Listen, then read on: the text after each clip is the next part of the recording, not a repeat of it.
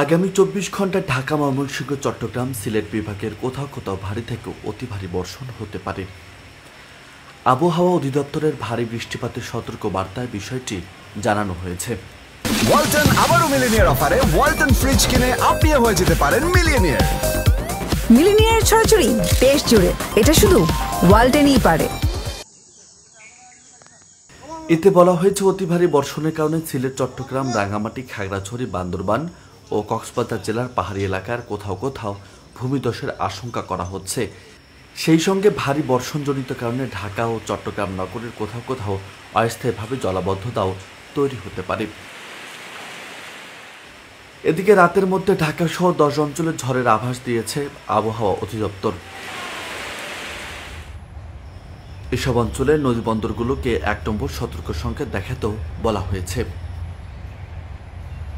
News desk, বার্তা 24।